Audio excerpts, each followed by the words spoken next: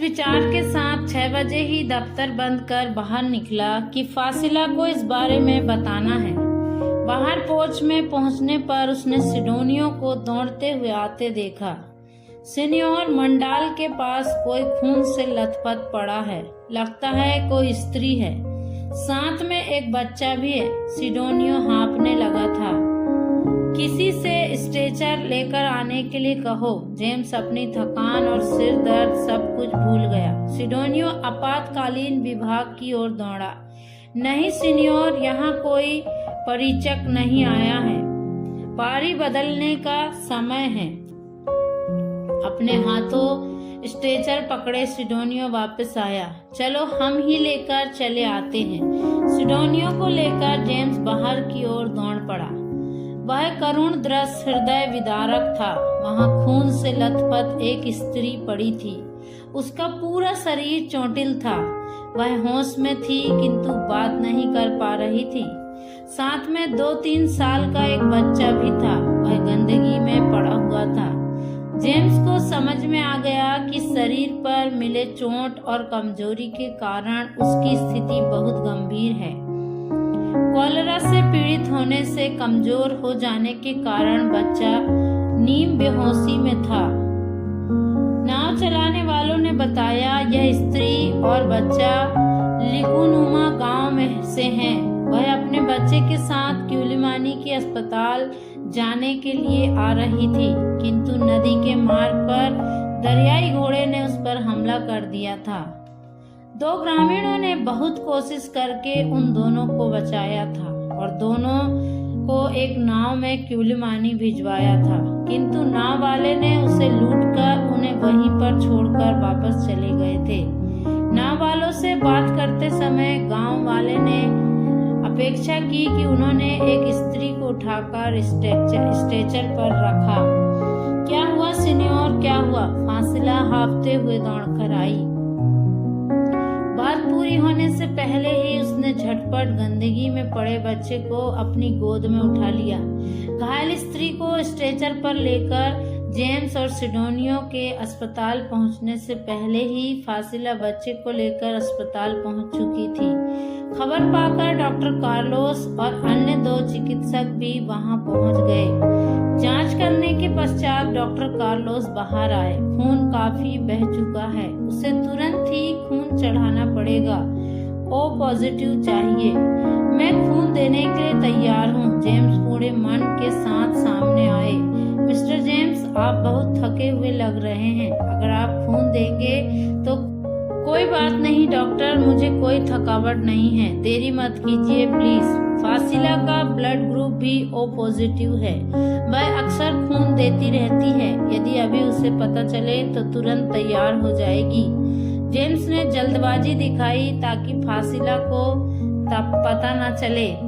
Blood देने के पश्चात बाहर निकलने से पहले सिडोनियो फल रस लेकर आ चुका था। जेम्स को चक्कर जैसा आ रहा था। उसे प्रकट न करते हुए जेम्स पास पड़े कुर्सी पर रस पीते हुए टिक गया।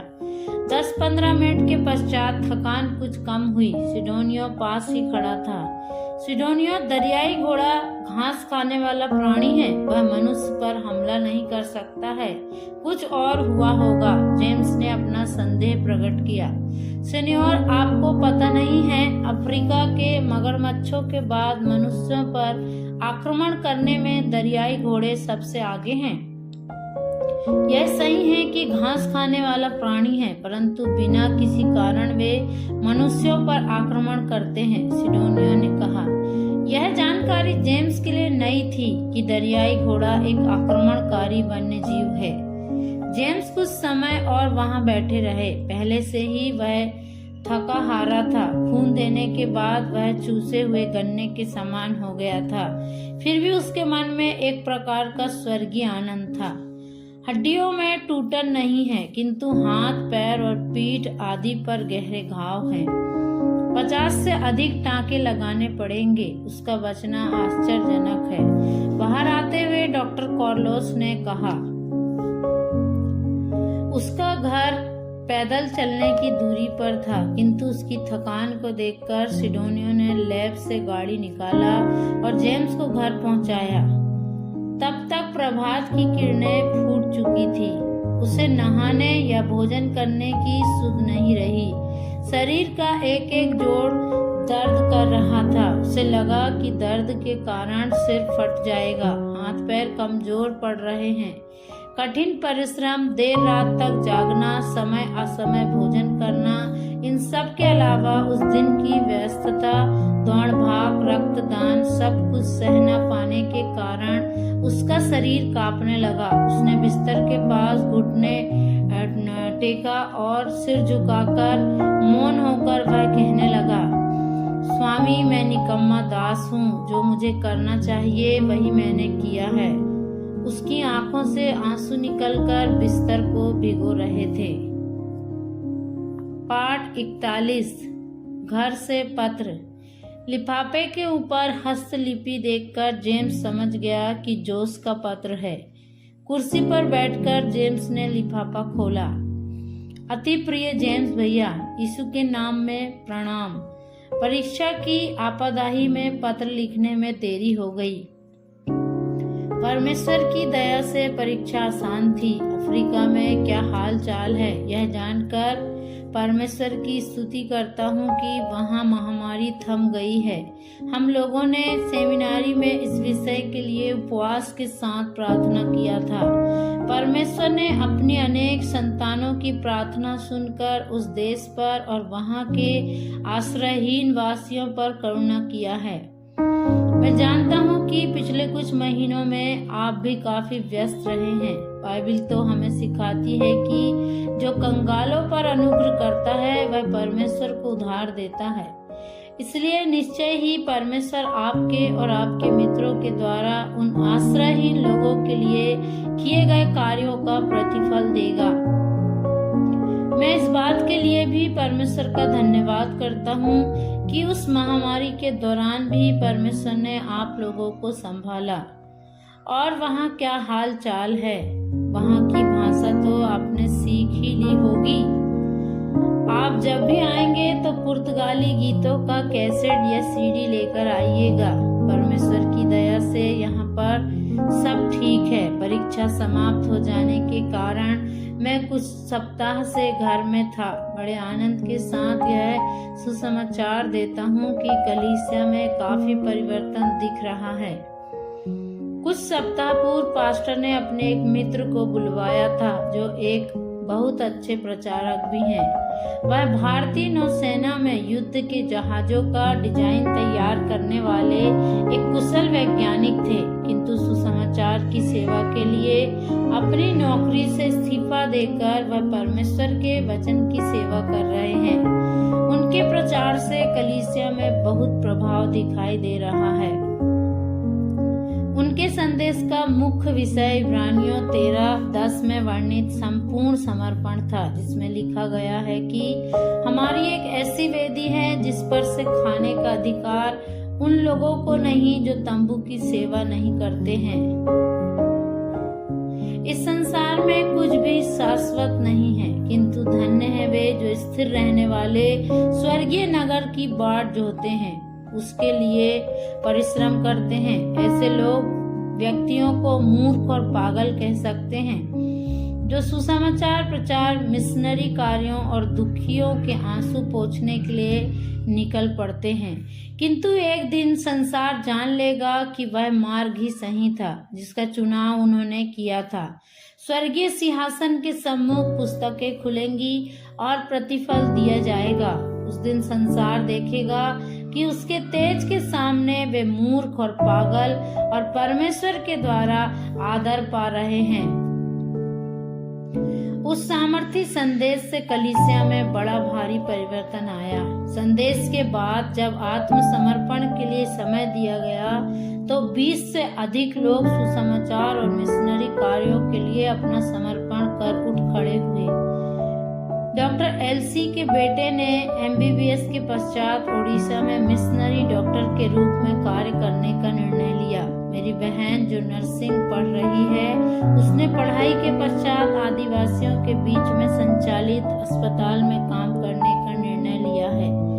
उन्होंने सबसे अंत में आपके संदेश का अंजीर के पेड़ वाला दृष्टांत स्मरण दिलाया। संदेश के अंत में प्रार्थना के दौरान जब पास्टर डेविड ने घोषणा किया कि 1.5 वर्ष पहले जेम्स ने कलीसिया में यही उदाहरण देकर संदेश दिया था और उस पर ध्यान न देने के कारण कई बातों में कलीसिया गिर गई है, तो कलीसिया में बड़ा पश्चाताप और विलाप हुआ। पवित्र आत्मा ने करुणा कर कलीसिया में एक बहुत बड़ा मन फिराव भेजा। कार्यों और संदेशों में बड़ा परिवर्तन दिखाई देने लगा है। परमेश्वर ने कलीसिया पर करुणा किया है। मैं जानता हूँ कि यह समाचार मिलने पर आपको सबसे अधिक आनंद होगा, इसलिए मैं इतना विस्तृत पत्र लिख रहा हूँ। परमेश्वर जेम्स भैया को अपरंपार आशीष दे। इस विनती के साथ कि मेरे लिए भी प्रार्थना कीजिए। आपका प्रिय जोश। पत्र पढ़कर जेम्स का हृदय आनंद से भर गया। जाने में ही वह ऊंची आवाज में परमेश्वर की स्तुति करने लगा। उसकी कई वर्षों की प्रार्थना को स्वर्ग में सुन लिया गया है। परमेश्वर ने उत्तर दे दिया है, हे यहोवा को स्मरण दिलाने वालों, तुम शांत न रहो जब तक वह यरूशलेम को पुनः स्थापित न कर दे और पृथ्वी पर उसे प्रशंसा का विषय न बना दे। उसे चैन न दो। यहोवा की बातें उसे स्मरण आई जो उसने यशाया की पुस्तक में पढ़ा। परमेश्वर ने यरूशलेम को पुनः स्थापित किया है। उसकी टूटी शहरपनाह को उसने बना दिया है। वर्षों बीतने के बाद भी परमेश्वर नहीं भूला, उसने नहीं त्यागा। पाठ 42। माँ और शिशु। सप्ताह भर के भीतर माँ और शिशु स्वस्थ होने लगे थे। कतिया एक गरीब किसान स्त्री थी जिसे उसके पति ने त्याग दिया था।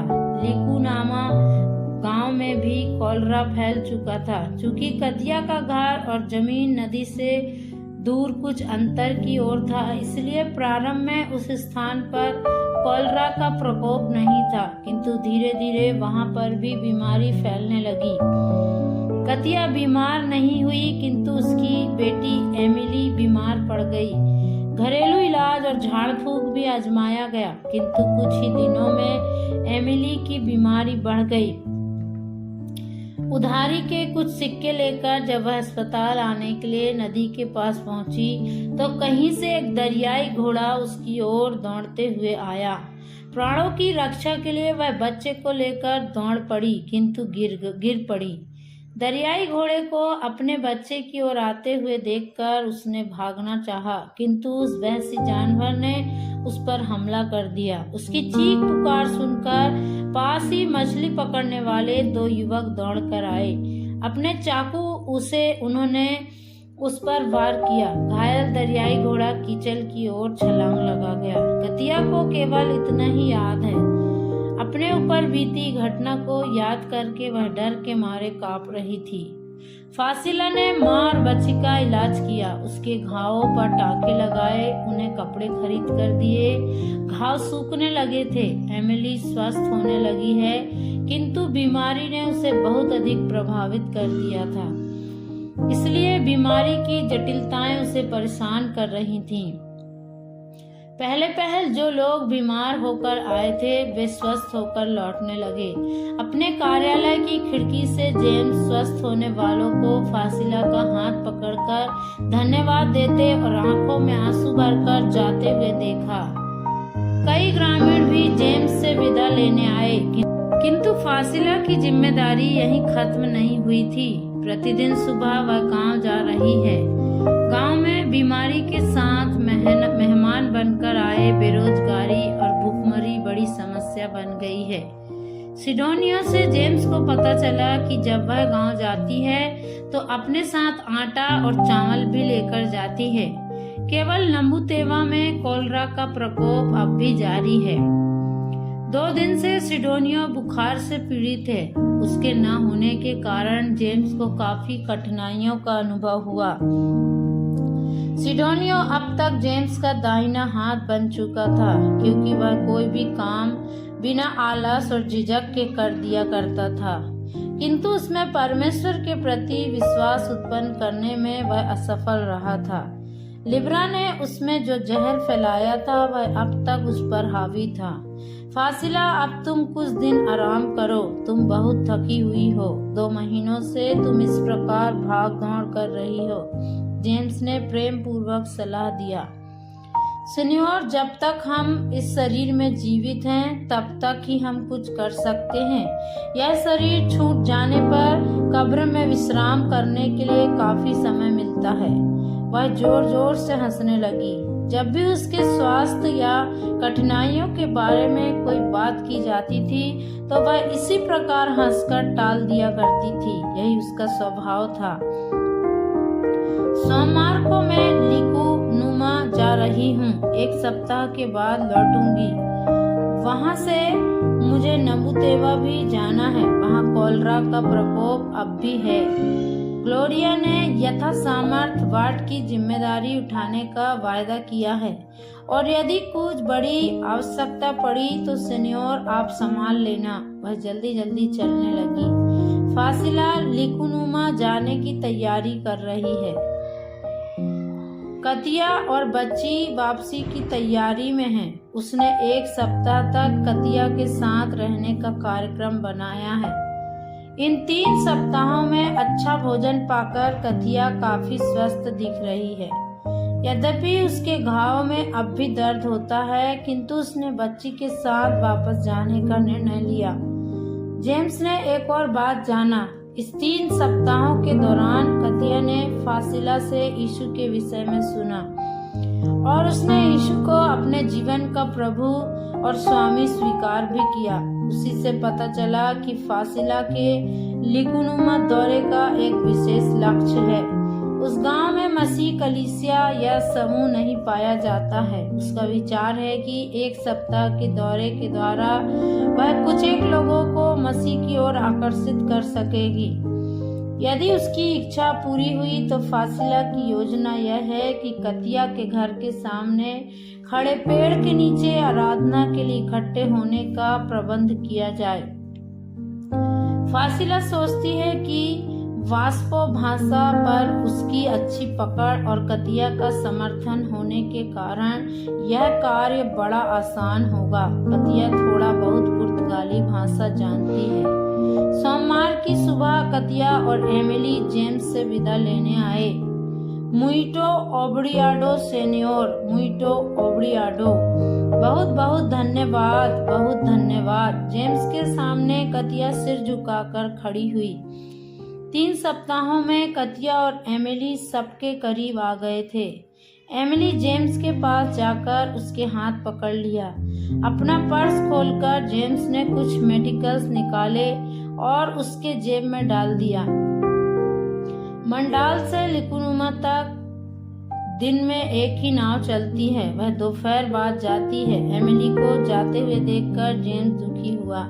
वह छोटी बच्ची उनके काफी करीब आ गई थी। जेम्स और सिडोनियो रैम तक उन्हें विदा करने आए। राज्यपाल के महल के पास पेड़ के किनारे खड़े होकर वे नाव का इंतजार करने लगे। मंडाल का रैंप राज्यपाल के महल के ठीक सामने है। अभी नाव आ ही रही है। रैंप के पास ही नाथू भाई फिलहोस की छोटी गाड़ी आकर खड़ी है। फासिला को देखकर वे उसके पास आए। नाथू भाई फिलहोस क्यूलिमानी में रहने वाले भारतवासियों में थोक विक्रेता हैं। उनकी गाड़ी में 5-6 बोरा चावल और इतना ही आटा और अन्य सामान रखे हुए हैं। जेम्स को समझ में आ गया कि फासिला यह सब सामान लेकर लिकुनुमा जा रही है। उसने कुछ नहीं पूछा। फासिला ने भी कुछ नहीं कहा। उसने चावल, गेहूं, अन्य सामान जहाज पर चढ़ाया। उन्हें विदा करते आते समय सिडोनियो ने कहा, सीनियोर, आपको याद है मैंने एक बार कहा था कि उसके पास बहुत धन है।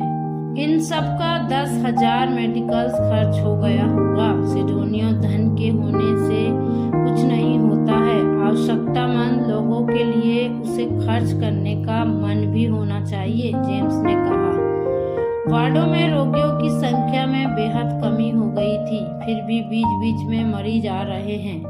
नमुतेवा में अब भी कॉलरा हावी है। जेम्स प्रतिदिन वार्डों में जाकर मरीजों की सेवा करते हैं। ग्लोरिया भी अक्सर जाकर स्त्रियों और बच्चों से मिलती है।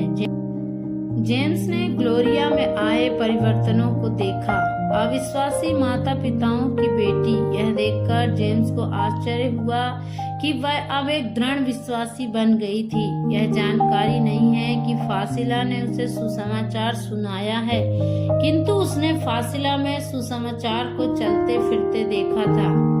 अंकल, मैंने सोचा था कि जो सुसमाचार मैंने पढ़ा है वह जीवन में व्यवहारिक नहीं है, किंतु फासिला का जीवन देखकर मुझे पता चला कि यह संभव है। मुझे और किसी सुसमाचार संदेश सुनाने की आवश्यकता नहीं पड़ी कि अपने पापों से पश्चाताप करूं और यीशु को अपने हृदय में स्वीकार करूं। ग्लोरिया की बातों ने जेम्स को गहराई में सोचने के लिए मजबूर किया।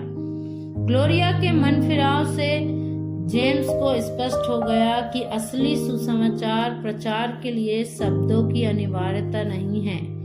व्यस्तता कम होने के कारण शाम के समय जेम्स बोन्स नदी के तट पर टहलने लगा। नदी निर्जन है, नाव या जहाज कुछ भी नहीं दिख रहे हैं। आसमान में पक्षियां इधर उधर उड़ रहे हैं। पश्चिम में सूर्य अस्त हो चला है। टूटे फूटे कैथेड्रल के सामने बैठकर मूंगफली बेचने वाला बूढ़ा व्यक्ति निराश है। आज पगडंडियां सूनी पड़ी हैं। बंदरगाहों में चहल पहल नहीं है। किसी समय में महान वास्को डी गामा अन्य पुर्तगाली और बितरानी नाविकगण युद्ध के लिए क्यूलिमानी के इसी ऐश्वर्यपूर्ण बंदरगाह में आया करते थे, किंतु आज यह बंदरगाह मृत प्राय हो चला है। जहाजों को आए हुए महीनों बीत गए हैं। अपनी अवहेलना पर मानो क्रोधित होते हुए तट पर खड़ा पुराना टूटा फूटा जहाज मुंह चिढ़ा रहा है। सूर्य अस्त हो गया है। पश्चिम के आसमान में सूर्य ने अपनी अंतिम किरणों को भी समेट लिया है। Praise the Lord. प्रभु सबको आशीष दे।